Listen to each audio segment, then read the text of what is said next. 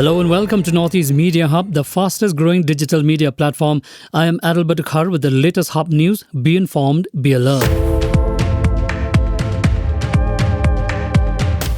Around 400 members of Meghalaya Youth Congress from Khasi and Jaintia Hills tendered their resignation from the primary membership of the Congress on Friday. As for the reasons for the mass resignation, he alleged it's because the party is only looking at people with money.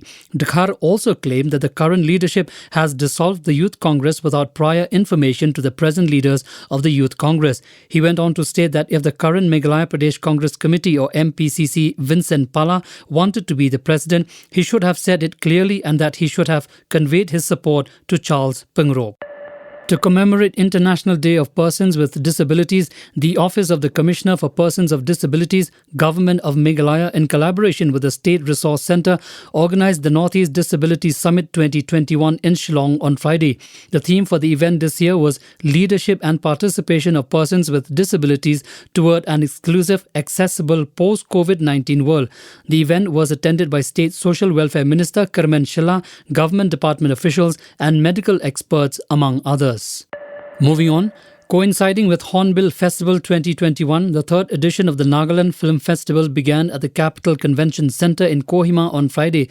The film festival was organised by the Department of Information and Public Relations (DIPR) in association with the Ministry of Information and Broadcasting and Film Association of Nagaland (FAN).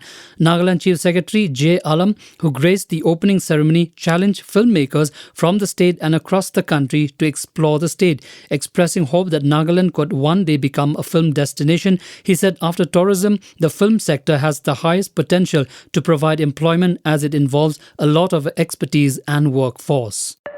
Prime Minister Narendra Modi on Friday said the history of currency shows tremendous evolution, and last year in India, mobile payments exceeded ATM cash withdrawals for the first time. PM Modi said this after inaugurating the Infinity Forum, a thought leadership forum on fintech through video conference. Addressing the gathering, PM Modi said fully digital banks without any physical branch offices are already a reality and may become a commonplace in less than a decade. PM Modi noted that India has proved to the world that it is second to none when it comes to adopting technology or innovating around it. The World Health Organization (WHO) on Friday warned that countries in the Asia-Pacific region need to strengthen healthcare services and focus on vaccinating their people. Takeshi Kasai, WHO Regional Director for the Western Pacific, said that it is clear that this pandemic is far from over.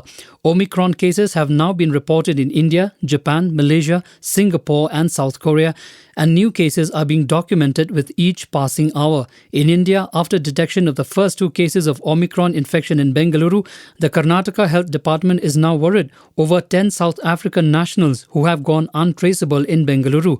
A total of 10 persons suspected to be infected with the Omicron COVID variant have been admitted to Delhi's Lok Nayak Jai Prakash Hospital. Bollywood actor Kangana Ranaut's car was stopped in Punjab's Kiratpur Sahib on Friday by protesters demanding an apology for her statements against farmers who had been campaigning against the centre's controversial farm laws that were finally repealed this week. An ardent supporter of the ruling BJP, Ms. Ranaut had thrown her weight behind the laws, frequently calling the thousands of farmers camped out on the borders of Delhi for over a year terrorists, Khalistanis and anti-social elements. On Friday, Ms. Ranaut was passing through the area with her security detail when her car was stopped by protesters, waving flags and shouting slogans. A truce was finally reached after the actor spoke to a few women protesters and she managed to leave the area. Thank you for listening to Hub Podcast. For latest news and updates, follow us on www.hubnetwork.in. Download Hub News app in your mobile from Google Play Store and Apple App Store. For promotion and publicity, write to us at info@hubnetwork.in. Thank you. Kublesh Shibon, Mithela.